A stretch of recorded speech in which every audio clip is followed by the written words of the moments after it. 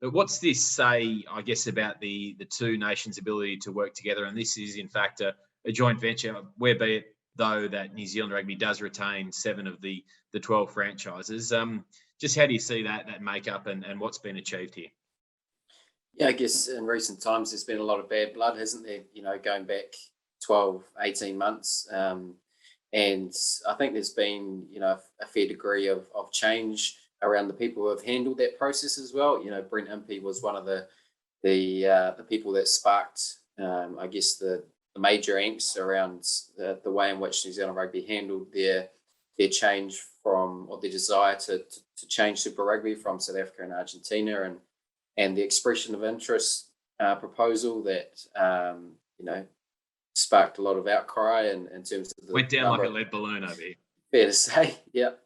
And the hosting of the Rugby Championship last year. So there's any number of events that you can go back and chew over.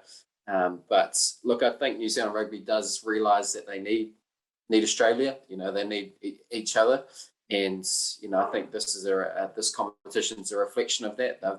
They've gone back and forward about a number of different things. They've formed a joint venture, and I think they're genuinely in bed with each other. Whether it's a 50-50 equal partnership, I'm not entirely sure.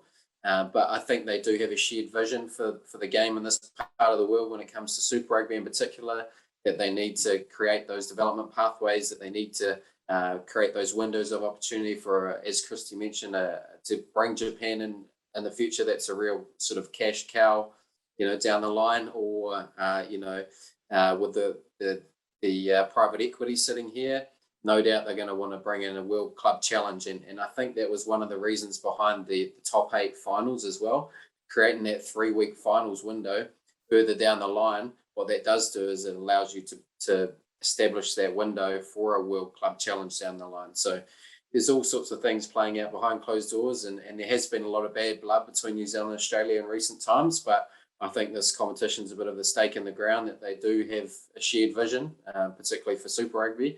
And you can also see that with, Moana Pacifica and the Fijian Drua. By all accounts, the Fijian team's not going to be able to be based in Fiji next year, given the COVID landscape there. So they're going to have to find a home in Australia. So, Rugby Australia is going to have to work really closely with them. And Moana Pacifica is going to be based in Auckland, and they have a desire to take games to Samoa and Tonga eventually, but that looks unlikely next year, and New Zealand Rugby's, going to help them from a funding perspective, and no doubt they're going to pick up a lot of New Zealand players. So, each nation's doing their part to bring through these Pacific teams as well, and it's been something that everybody's been crying out for a number of years.